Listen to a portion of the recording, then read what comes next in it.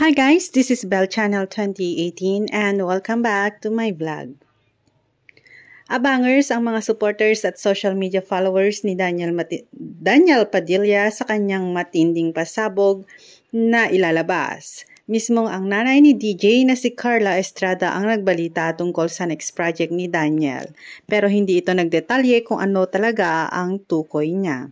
Sa kanyang IG account, nagpost si Carla ng litrato ni Daniel kung saan nagpahaging ito na magkakaroon ng bonggang proyekto ang anak na recently lang ay nag-open ng bagong business sa Dubai.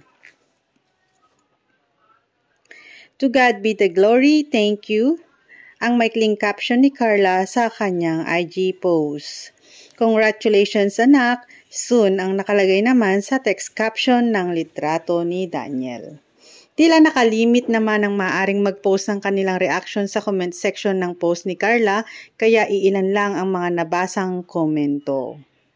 Ilan sa mga celebrity na bumati at nag-congratulate kay Daniel ay sina Donita Rose, DJ Jaiho, Vina Morales.